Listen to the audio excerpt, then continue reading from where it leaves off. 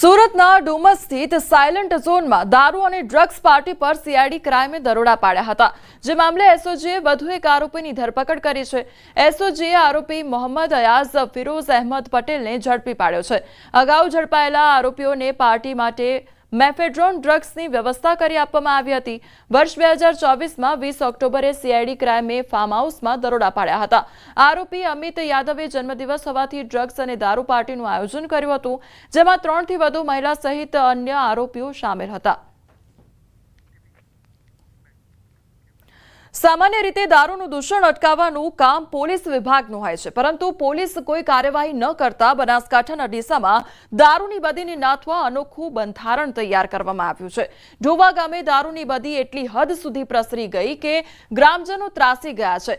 ગામની શાળામાં અભ્યાસ કરતા બાળકો પણ દારૂનું સેવન કરીને અભ્યાસ કરવા જતા હોવાનો ગ્રામજનો દાવો કરી રહ્યા છે। દર વર્ષે અનેક મહિલાઓ વિધવા બની રહી છે, યુવાનો પણ દારૂ પાછળ પોતાનો જીવ ગુમાવી રહ્યા છે। આ દારૂના દૂષણને ડામવા લોકોએ મહત્વનો નિર્ણય લીધો છે।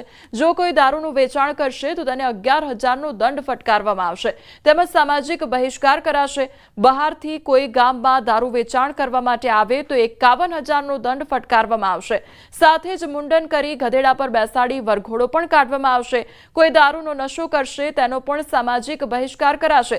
દારૂનું વેચાણ કરનાર અને નશો કરનારને શાકભાજીથી લઈ કરિયાણું આપવા પર પ્રતિબંધ પણ મૂકવામાં આવશે। 10 થી 15 બાયુ વિધવા બને છે, 18 થી 25 વર્ષના યુવાનો દર વર્ષે 25 મરે છે। હવે શું દારૂ એસિડનો આવે છે, એટલે લોકો પર હાલની તારીખમાં 10 થી 15 લોકો ઢોકેલા પડ્યા છે, એ મરવાની આની માથે જ છે।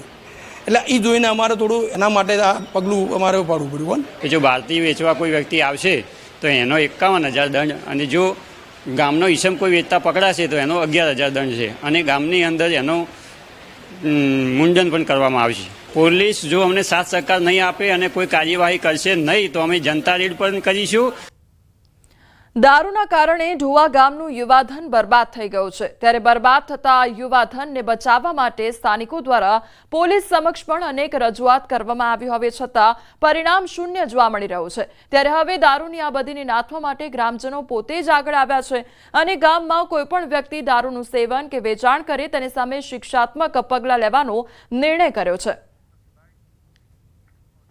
અમે તમારી હાથે જ, પણ અમારા ઘરવાળાને અમારા દીકરાઓ પીવી છે, અમને વધનું ખાવા નથી જતા, અમને પીવા નથી જતા, અમારે મજૂરી લઈને આવો તો એ એમાંથી પૈસા પણ મારી લઈ લેશે। એટલે તમે ગમે તે કરીને દારૂનું બંધારણ કરો, અને બંધારણની અંદર દારૂ બંધ કરો તો અમે સુખીથી રોટલો ખાઓ, અમારા છોકરાને ઉકાળો ચા પીવી છે, દૂધાળો ચા પીવી, હારી શાકભાજી લઈને ખોય। એટલે અમે આ બંધારણ કર્યું, એટલે બંધારણ કરીને લોકો ખૂબ રાજી થયા છે, અને જે વિધવા બહેનો બનતી હતી એ એમાંથી પણ બચશે। આણંદમાં આવેલી જીસીએમએમએફ ખાતે આજે ચૂંટણી અને આજે જીસીએમએમએફના વર્તમાન ચેરમેન વાઇસ ચેરમેનની ચૂંટણીનું આયોજન કરવામાં આવ્યું છે। આણંદ ખાતે 11 વાગે મતદાન પ્રક્રિયા યોજવામાં આવશે।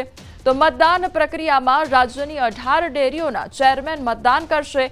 વાઇસ ચેરમેન પણ મતાધિકારનો ઉપયોગ કરશે, તો સાબર ડેરીના ચેરમેન શામળ પટેલ મતદાન કરશે।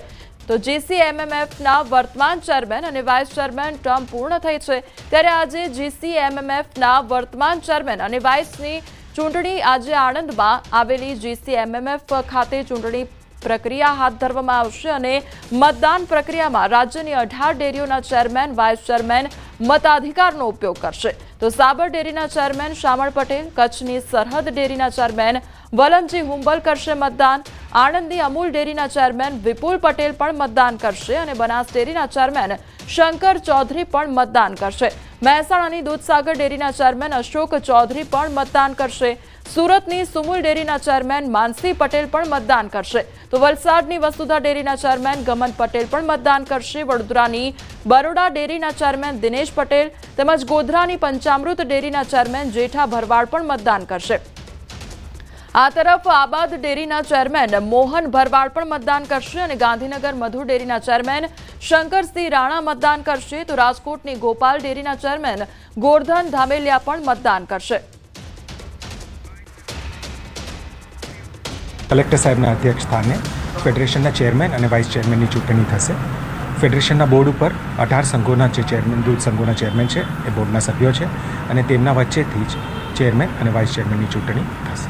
આણંદ અમૂલ ડેરી ખાતે ગુજરાત કોઓપરેટિવ મિલ્ક માર્કેટિંગ ફેડરેશનની ચૂંટણી આજે યોજાવાની છે. ઠીક 11 વાગે આ ચૂંટણી પ્રક્રિયા શરૂ થવાની છે. વર્તમાન જે ચેરમેન સામળ પટેલ છે અને ઉપ ચેરમેન જે છે વલમજી હુંબલ, તેમની 2.5 વર્ષની ટર્મ પૂરી થવાના કારણે આ ચૂંટણી યોજાઈ રહી છે. તે અંતર્ગતની વાત કરીએ તો મહત્વની આ ચૂંટણી જોવામાં આવી રહી છે અને તેમાં ઠીક 18 જેટલી ડેરીના ચેરમેન, વાઇસ ચેરમેન આ મતાધિકારનો ઉપયોગ કરવાના છે. ભારતીય જનતા પાર્ટી દ્વારા મેન્ડેટ પ્રક્રિયાની શરૂઆત કરવામાં આવી છે અને ત્યારબાદ હવે જે નિરીક્ષકોની નિયુક્તિ કરવામાં આવી છે તે નિરીક્ષકો બંધ કવરની અંદર મેન્ડેટ લેશે અને મેન્ડેટ બાદ 18 ડેરીઓના જે ચેરમેન, વાઇસ ચેરમેન છે તેમની સાથે આ બેસીને એક ચર્ચા વિચારણા થશે. એક બેઠક આ રૂમની અંદર થવાની છે અને ત્યારબાદ બંધ કવરમાંથી જે કહી શકાય કે કવર ખોલવામાં આવશે અને ત્યારબાદ ચૂંટણી અંતર્ગત કોને પ્રાધાન્ય આપવામાં આવે છે તે અંતર્ગત સૌ કોઈની નજર જે છે તે મંડરાયેલી છે. મહત્વનું સાથે સાથે એ પણ જોવામાં આવી રહ્યું છે કે જે રીતે ચેરમેનને રિપીટ કરવામાં આવે છે કે નવા ચેરમેન આવે છે તે ઉપર સૌ કોઈની નજર મંડરાયેલી છે, કારણ કે 2.5 વર્ષની ટર્મ જોવામાં આવી રહી છે અને 2.5 વર્ષની ટર્મ આધારિત આ ચૂંટણી પ્રક્રિયા જે છે તે યોજાવા જઈ રહી છે.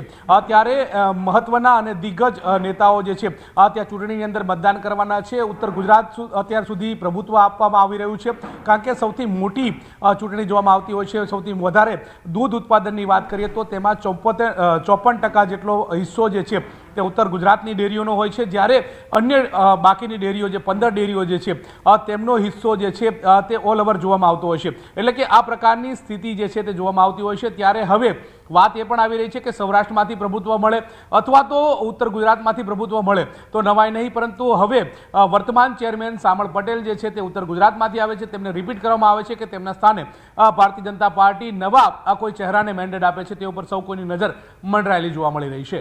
કેમેરા પંકજ મકવાણા સાથે ગૌતમ શ્રીમાળી, ન્યૂઝ 18 ગુજરાતી, આણંદ.